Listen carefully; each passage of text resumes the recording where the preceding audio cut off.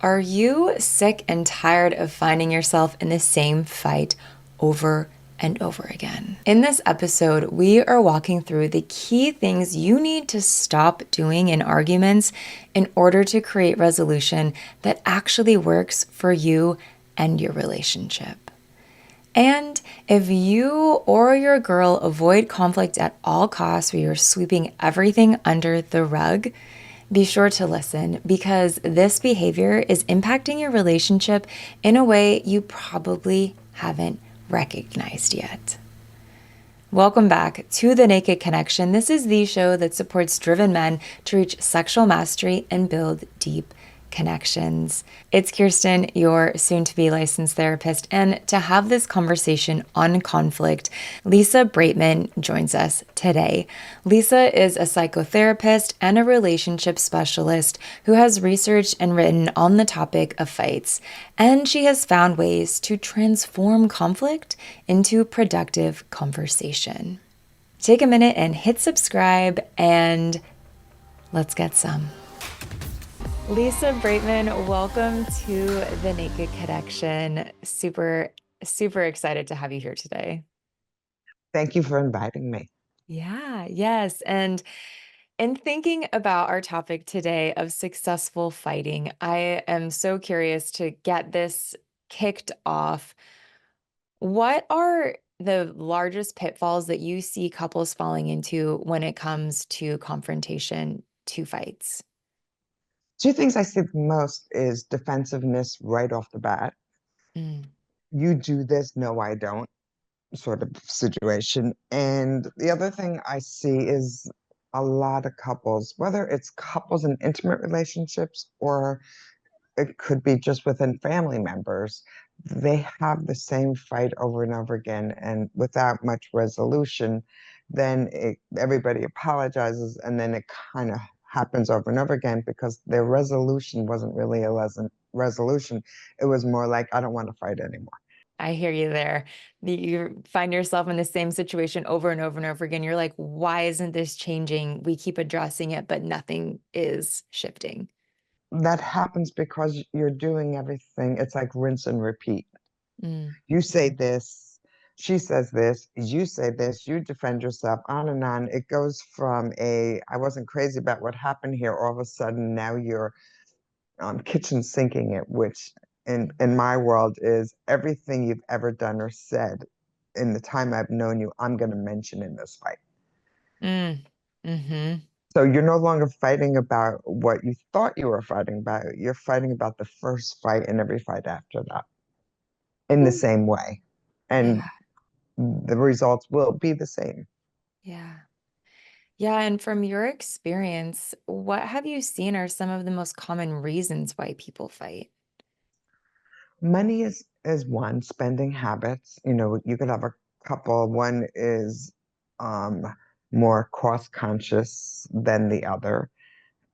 And so different styles come into play. And if both parties work, they both feel like, well, I've always bought this, or I've always done this, but now they're in a partnership or they're saving for a house or considering having children and finances and savings kind of need to change, but they didn't have conversations along the way, like okay, we want to buy a house now, what do we have to do different, Mm, or we continue doing this or this. So I think so much of it is people continue doing what they did mm, and they don't check in enough about certain things that need to change, that they mm, want to change but they don't know how to go out about it.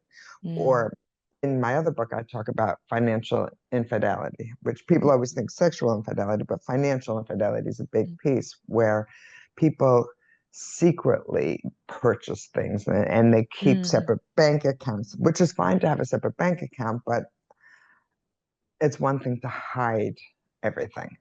Yeah, And yeah. that builds distrust. Mhm. Other thing is a lot of times family situations. Who do we spend the holidays with? Who is offensive that you have to sit next to at Thanksgiving every year? You know, parents, in-laws, some family members may feel they're like they're invading your relationship. one partner can't say no to either one of their parents, and therefore their partner has to deal with their inability to set boundaries. That's a big one. It's Mm. like they talked about it and they said they weren't going to commit to anything until they ran it by each other. But yet one said, "Okay, Mama, we'll be there. We'll go for 2 weeks somewhere with you," Mhm. without sharing it with their partner because it should be a Mhm. mutual decision. Mm. Yeah. And Yeah. so boundaries is a big one. Yeah. Yeah. And it's interesting. So often it seems like what we're actually fighting about, what couples are actually fighting about, isn't even what the context of the fight is about. I have this friend who's like, jokes about, oh, it's not about the coffee filter. Like that's what starts that fight. That's what we're fighting about is like, who cleaned the coffee filter? You didn't clean the coffee filter, but it's about something so much deeper than that. And I'm wondering, and in looking at some of these themes that happen in between couples, what do you think is underneath most of these fights? What the real thing is? There's, I think the coffee filter is a great example. We used to use way back in the day the toothpaste cap or Oh my gosh. the toilet seat. Yeah. That's been going on from the beginning of toilet seats, I imagine. But what's really going on is I asked you something. I told you I care about something and you don't hear me. Nothing Mm, changes. And that gets translated to you don't care about how I feel or what I think. I don't feel mm, heard. I feel mhm. hurt by it.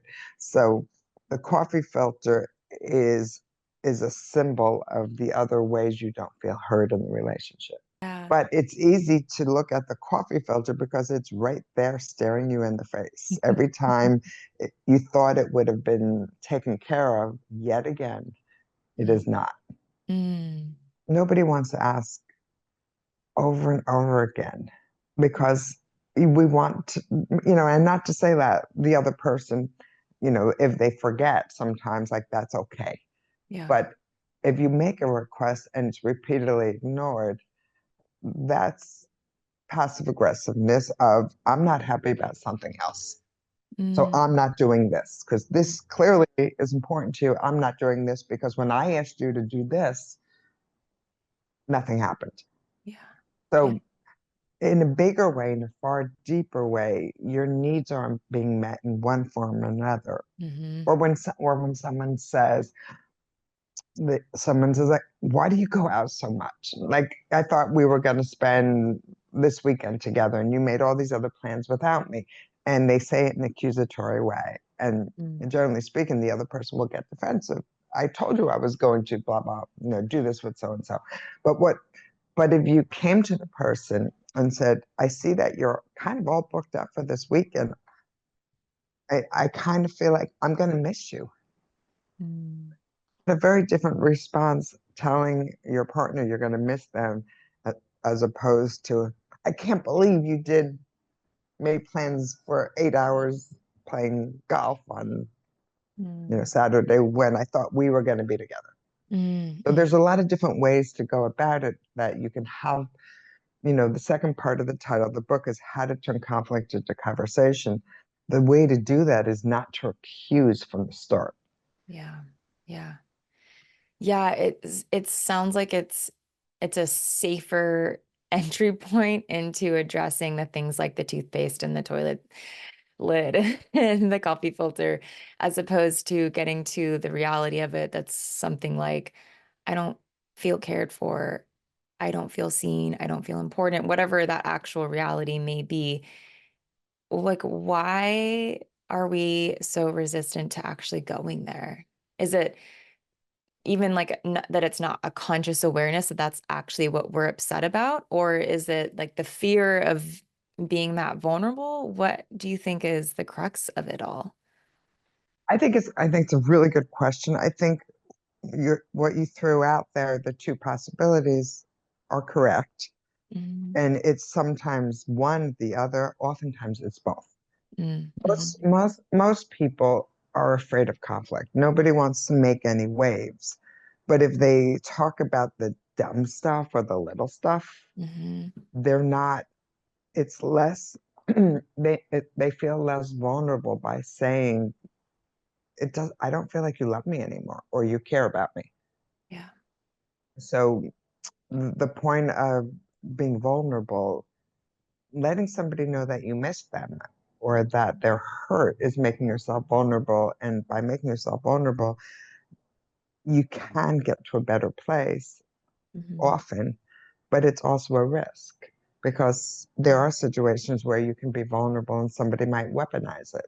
Or Yeah. maybe that's your past experience. You were vulnerable with your parents or your friends in high school, and all of a sudden now that's what you're teased about. Hmm. So we come to this place based on all of our experiences in our life, not just romantic ones, it's parental ones and siblings and friends. Yeah. And our fear is based on how we were treated in the past. We Hmm. come from a really secure, attached environment. We're not as fearful that if you say one thing, everything will collapse.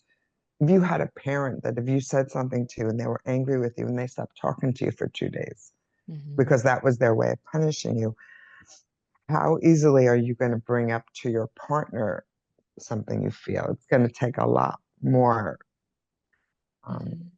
effort and strength and security to do that because in the past it taught you you can get punished for speaking how you feel.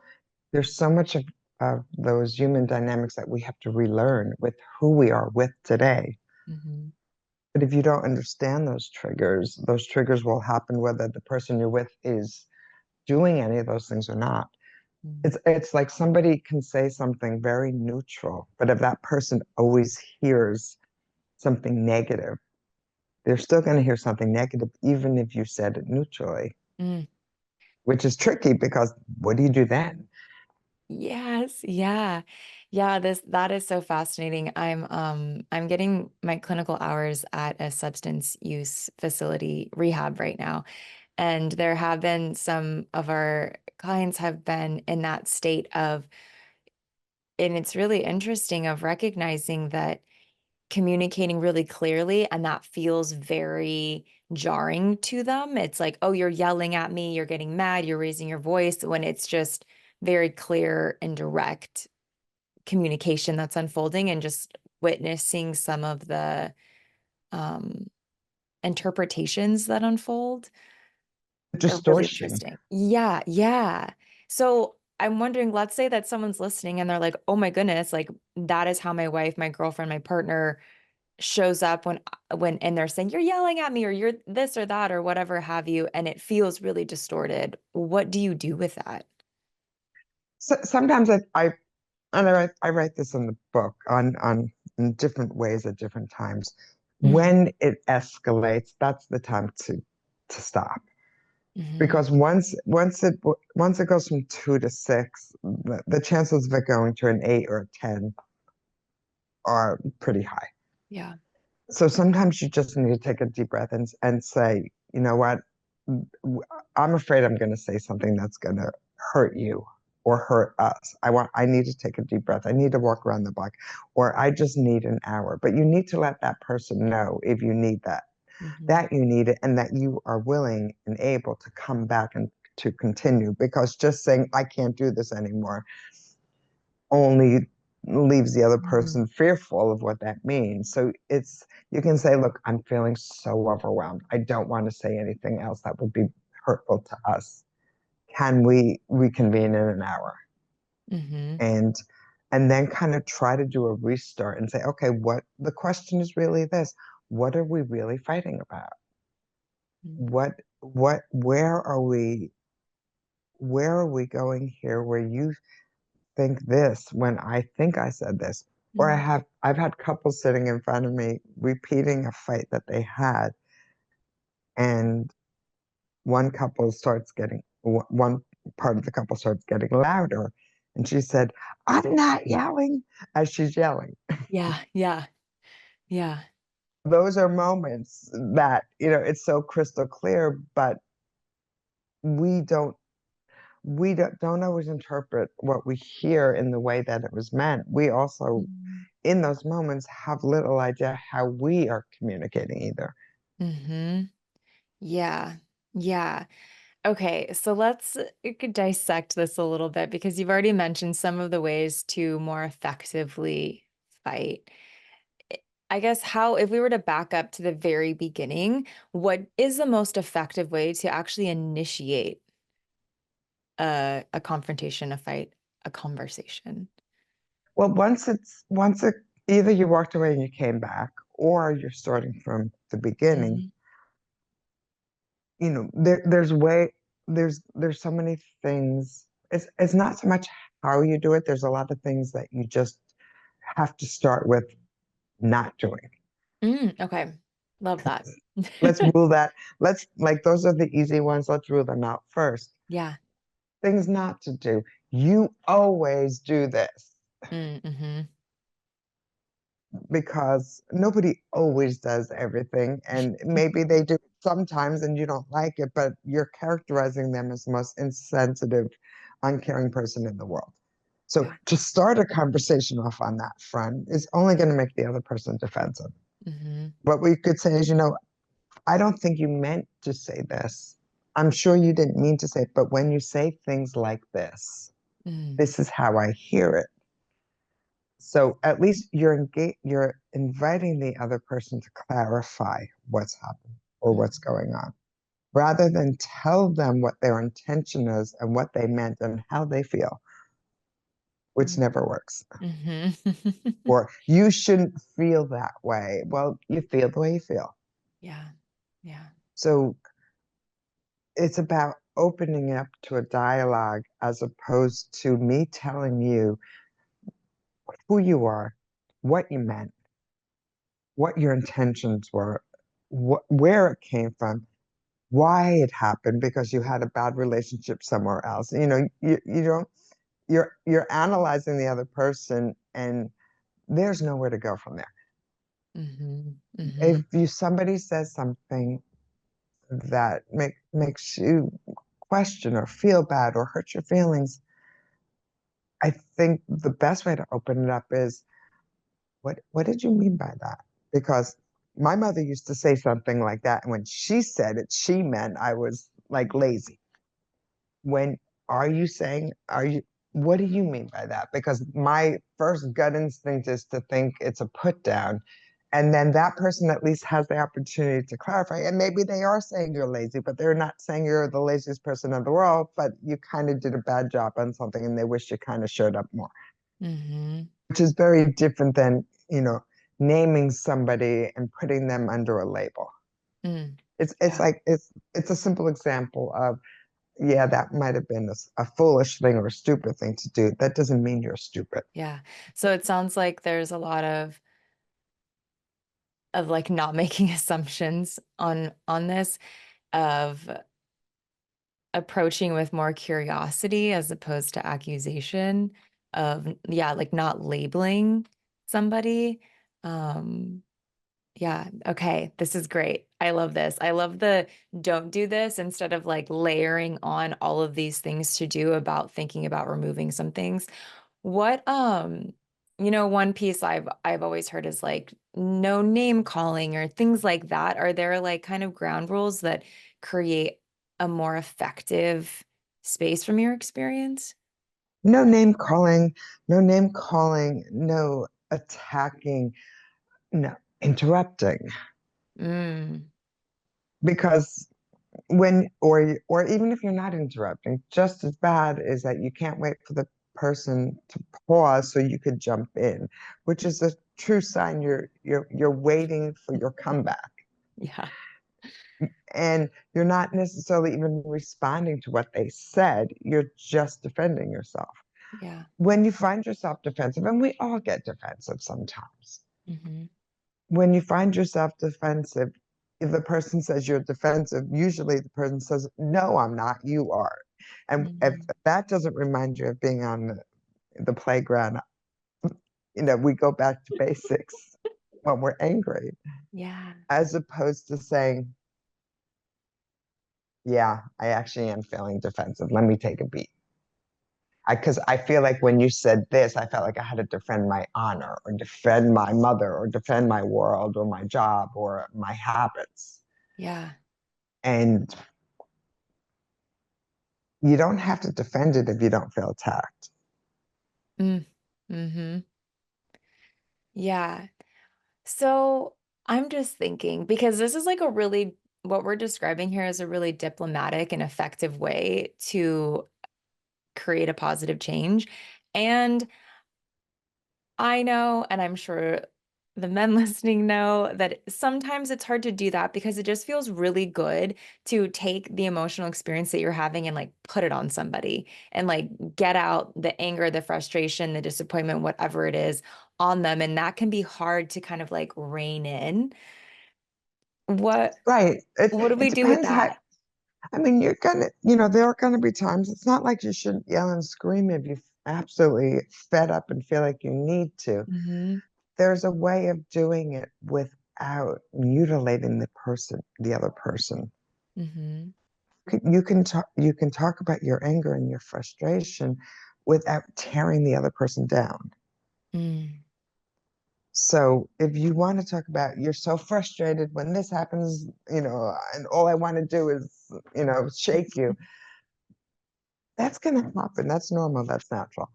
But when you do it and you're trying to hurt the other person by saying it, you're Mm. trying to literally win as opposed to come to a place where you can both win.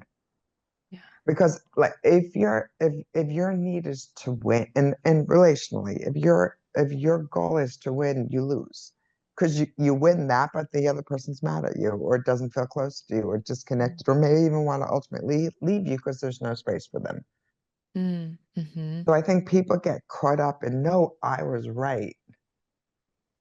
And Yeah. they put their energies towards proving they're right. It's like this, I've seen this thousands of times in sessions.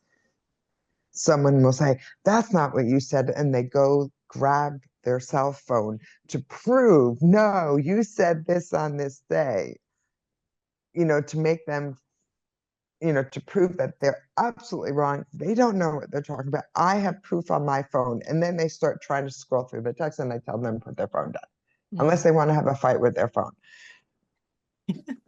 So what happens there is there so many people get invested in proving that they're right that they miss the point Mm. of their goal is to feel connected. But yes, you're going to get angry, but don't tear the other person down in order to relieve those overwhelming feelings. Got it.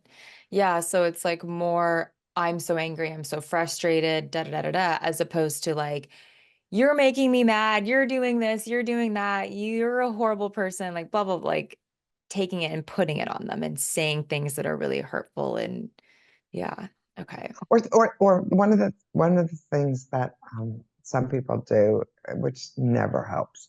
All my Mm. friends think that too. They've seen you do that, so they gang up on like Mhm. now it could be a woman. In this case, she and her five best friends all had a meeting and decided that you're terrible about this sort of thing. And now you're all of a sudden you brought an army with you to a conversation that should be just the two of you. Yeah. Or my mom Yeah. is with me. You're the worst. Yeah. And that would just perpetuate that sense of defensiveness if like now you feel like there's this community of people that are coming for you. Right. And then Yeah. you're uncomfortable next time you see them because you know that your Yeah. fight was analyzed, which is always, pretty awkward. Yeah. Yeah.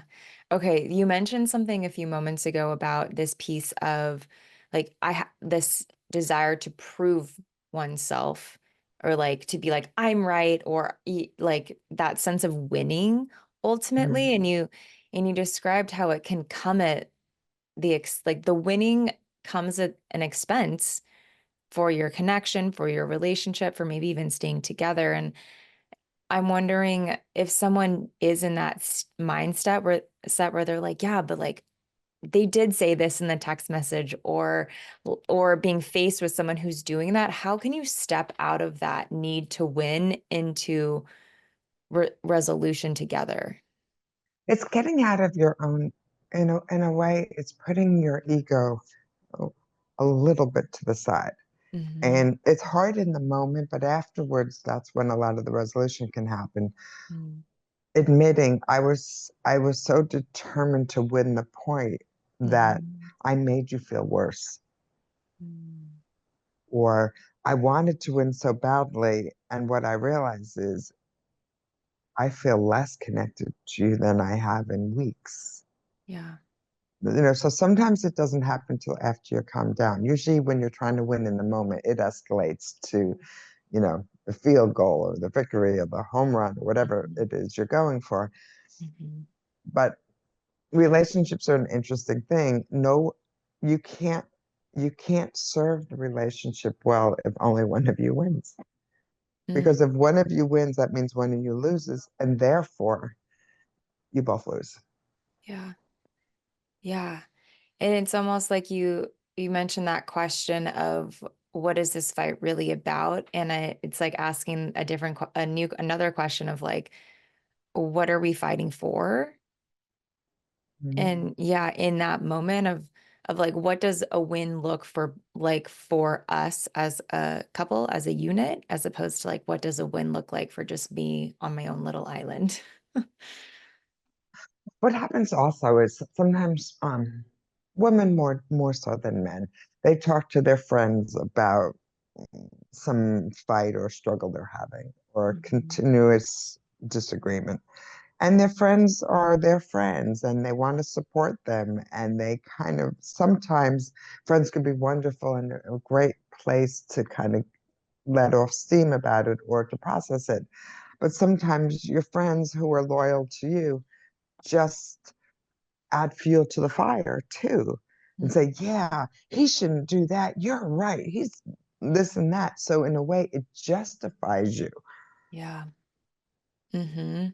And instead of utilizing your friends in the way, that's why good friends try not to, they can support you without um, escalating it in your own head, Hmm. Hmm. where there can be a distortion now too, because like, yeah, all the women feel this way. So clearly you're wrong. Yeah. But they're only hearing it from your perspective. So, Yeah. it's never clean in that way. Hmm. Yeah.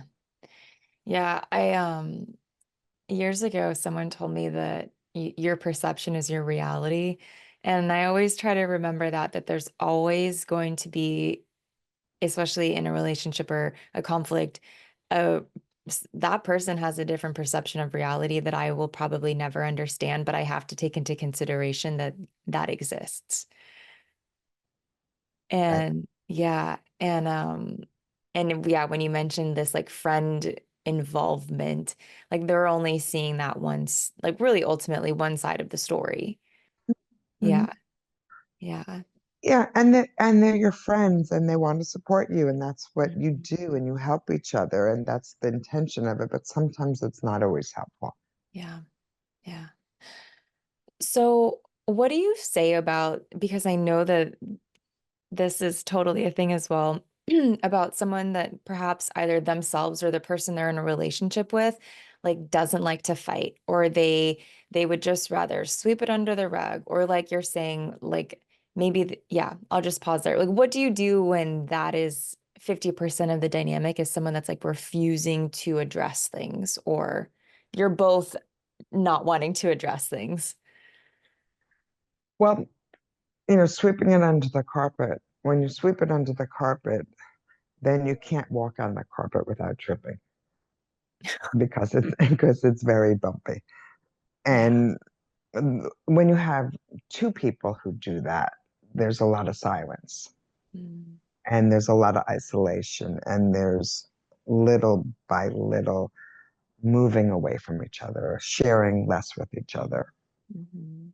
The person you used to couldn't wait to tell what happened, something good or bad. Your go-to person is no longer that person because there's too much tension between you that you now seek other people out. So you talk less. And then when you hear couples say, I don't know what happened, nothing really happened, Mhm. but silence. But silence is what happened. And Mm. silence is destructive because that person that you're sleeping next to now becomes a stranger in your own bed. And you become a stranger to yourself as well in those ways. So very often, eventually, you know, they want it to work. They often seek help at that point because they don't know how to broach the subject. They don't have the tools for it. They're not comfortable doing it. Or if they tried to do it and it didn't go anywhere, it kind of stops them again because they're it's fear-based. You're afraid of conflict. You're afraid of what you might hear. If there's silence and you bring it up, the other person said, I'm glad you brought this up because I'm kind of planning on leaving. I don't want to be here anymore. Mm. And all of a sudden, you're no longer talking about what's wrong in the relationship. You're talking about an exit strategy without even trying to find out what's going on. But in the other situation, when you have one person who's conflict avoidant, Mhm. it often ends up that the person who isn't will make a lot of attempts. And sometimes that could help, or because the person who's conflict avoidant, if they feel safe, if the other person does it in a way that's not accusatory, but it's more curiosity. I'm wondering what you're thinking when this happened, or I didn't understand your facial expression, or you did this afterwards. Can you explain to me how you're feeling? If the other person feels safe to respond, they can engage them and bring them back in. Mm. But over time, you need both people to step in Um, yeah. because you can't, otherwise, it's a cat and mouse game. And Hmm. it gets exhausting to always be the one to have to make it broach subjects that are difficult Yeah. because you both need to put the effort in. Mm. Sometimes one is better than the other, but the other one will jump in with a little cue. But sometimes the other person has to take the initiative too. Otherwise, the other person feels like they're just not that interested, even if they know they just avoid conflict. Yeah. Yeah. It's kind of like they're standing here. Everybody has to move this way. Hmm. Yeah. And in understanding that cat mouse game, like what if one person is moving towards them and the other person is either not moving towards them or they're kind of like backing away into a corner? Like, how do you even address that dynamic? That's when you have to ask a lot of questions. What I noticed when I started talking about this, you really shut down. Are you feeling okay? Are you worried? Are you anxious? Mm. Hmm. I noticed it's different between us, and I miss how we were. Do you? Hmm. You can only open up the conversation. You can't make the other person join you. And Mm. that's often when people reach out and get professional help because they can't sometimes it's been going on for too long and it's become the norm. And they Hmm. need to break that norm pattern because Yeah. that norm pattern doesn't lead to a good place. Yeah. Yeah, and that can feel like such a massive mountain to move, especially if the person that's avoiding the conflict, they've gotten comfy in, oh, we don't have to have conflict. This is nice. And then here comes the person trying to shift that. It's a large, it's a big rock to move. Yeah. Have you ever seen people in a restaurant and they're sitting together, just two people at a restaurant, and they both have their phones out at the same time, Hmm. like after they order, before their drink comes. Hmm. And there's not much conversation going on because you know, the, let's face it, social media is the greatest distractor that's ever been invented. Hmm. And it's so easy to hide behind it. It's so much easier to respond to a text in your hand than the person you love Hmm. who you're not sure what you even want to say to. So even if you're thinking about it, why is this person who randomly texted you at that moment is more important than the person right across the table? We make that choice every moment, all the time, Hmm. Yeah. without even realizing anybody can text you, but they're more important than the person you're spending your life with sometimes, and that's isolating too. Hmm. Yeah. We Yeah. know how to tune out. We have to learn to relearn how to tune in. Yeah. Let's say someone's listening and they're resonating with this, because I think this is a pretty common thing that happens, especially in today's age. How do you start to tune back in to one another? Asking just simply by, it doesn't have to be asking questions of a loaded subject. It's just asking basic questions of their experience. Mm, That they did something recently. Oh, what was that like? How was it like seeing so and so? Or what was it about that show that you liked? mm, Interest. mm-hmm. Yeah. If you have to say, oh, I saw a movie yesterday and this was what about, and the other person shows no interest in hearing it, you're going to stop. Yeah. So you have to take an interest, but sometimes you are interested, but you're afraid. Then you have to ask yourself, what are you afraid of?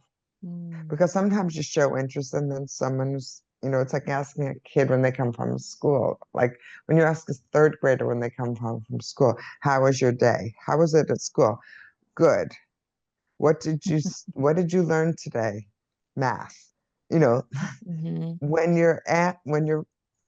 the response are one word answers, if you don't bring attention to, you got more than that.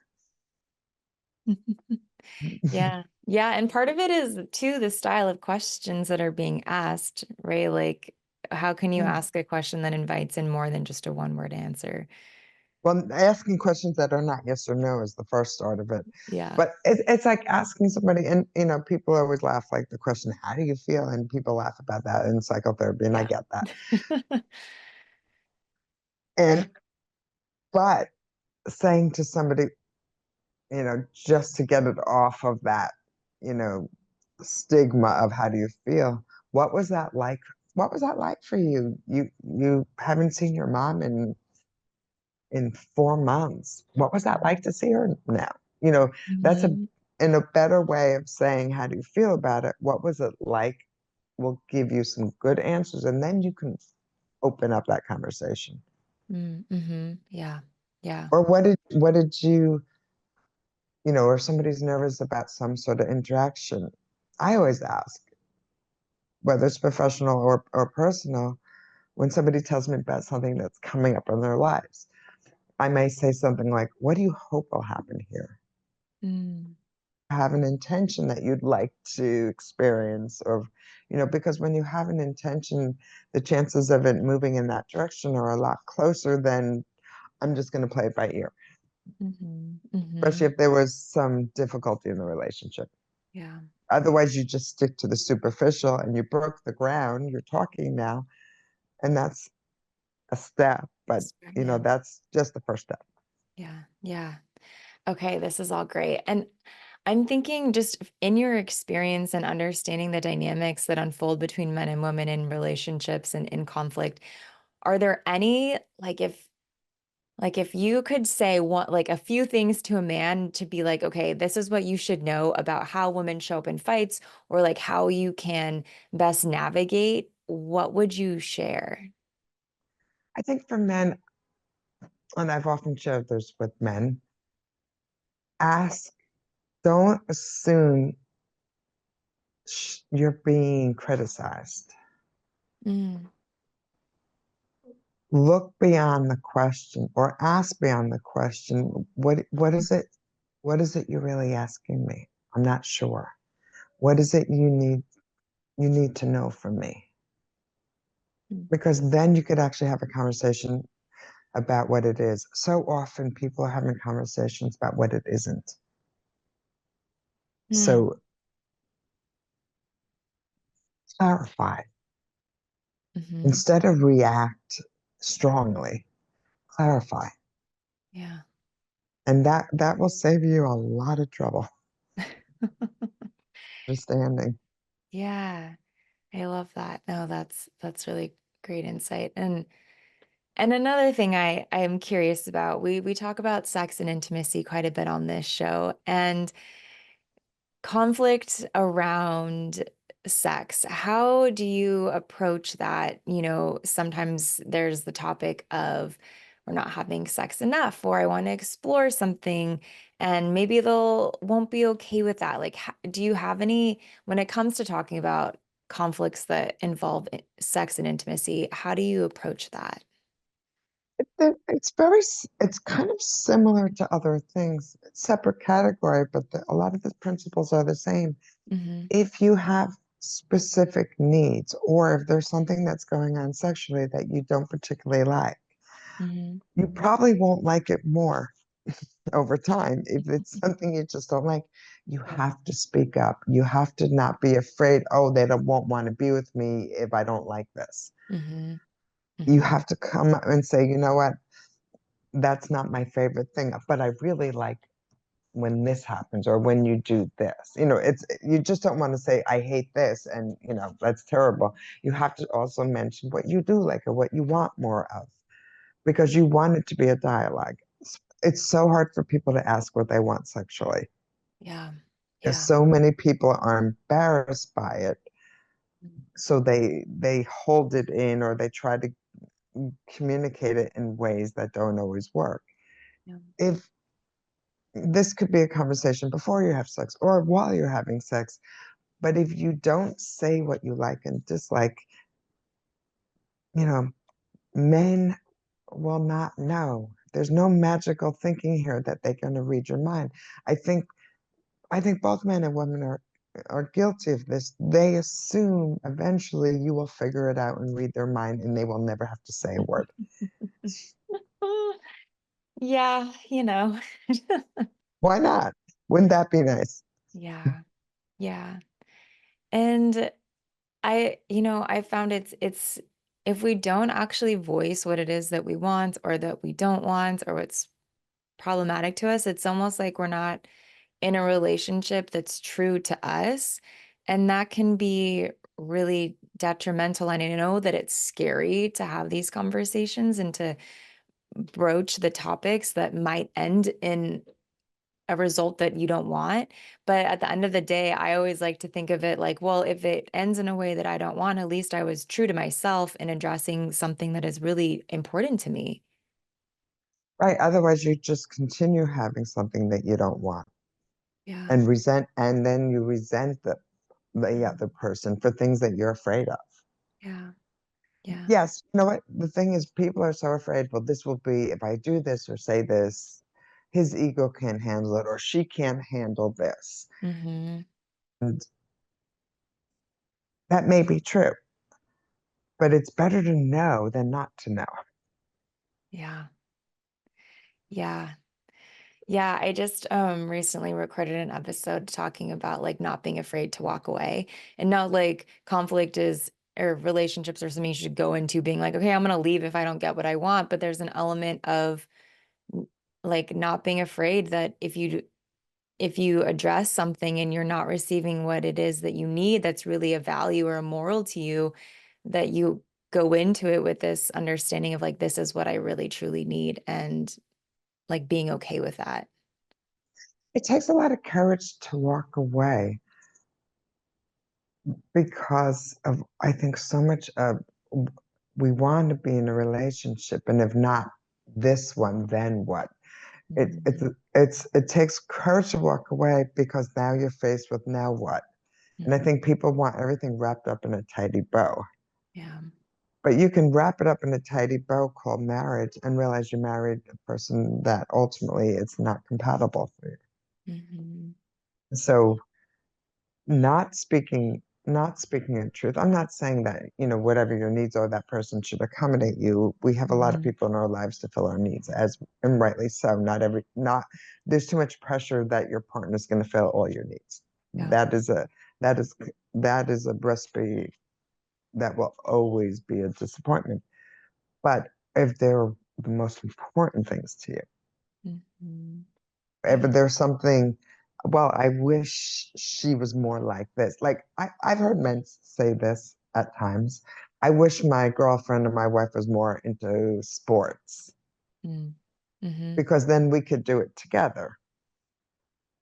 And I get that. but there's a lot of other things you can do together that doesn't have to just primarily be sports, because maybe they'll like sports, but all the other pieces don't fit. Mm-hmm. So Mm-hmm. there's, how important is the thing Yeah. to Yeah. you? And not everything is balanced and the same. Some things, some need that you may have may not be met, but most of your needs are met in the best of ways. Mm-hmm. Because not everybody's going to check off that box. When people go in with checklists, you're bound to be disappointed. I think guidelines of what's important to you is important, but checklists only set yourself up for being alone. Mm-hmm. Yeah, it's very, very true. And we're people that are more than a list of line items to cross off. So, yeah, yeah. Yeah, but internet dating, unfortunately, you know, it's like that because it's so initially impersonal. Mm-hmm. So, Yeah. but once you meet somebody, then you get the whole feeling of them instead of, I like, long walks on the beach, check, all those things. But hopefully that Yeah. changes when you're in person, that Yeah. you can see the whole person as opposed to categories. Yeah. Yeah. Amazing. Okay. Well, Lisa, I really appreciate you coming on the show and talking about conflict because it's such a key part of being able to have this successful relationship. Is there anything that we haven't addressed that you think is important for people to consider when it comes to successful fighting? I think it's important that people know that just because it feels really, really hard where they are today doesn't mean that if they do a few things differently, it won't it will get better. Mhm. You have to just make, and I hate to say, people that say this all the time, relationships are so much work, so much work. Well, who wants to sign up for that? Mhm. I think relationships take effort. And I think it's important to look at it that way. Effort of, okay, just notice what keeps on not working and switch something. Yeah. Take a moment to change your patterns and then see what's possible. Yeah. Yeah. Oh, thanks for sharing that. Well, everyone will have to get your book. I know you mentioned couples doing it together, reading one chapter at a time together, seeing how that unfolds for you. We'll be sure to put that in the show notes. And again, appreciate you so much for coming on and having this conversation today. Absolutely my pleasure. Thank you so Yeah. much. Thank you so much for tuning in to this episode of The Naked Connection. Be sure to subscribe so you don't miss another episode. Trust me on this, your sex life and that special someone in your life will thank you for it. And if you really love the show, please take a moment and leave a 5-star review or a written review and let me know what you think. It would mean so much to me and this show. Until next time, happy connecting.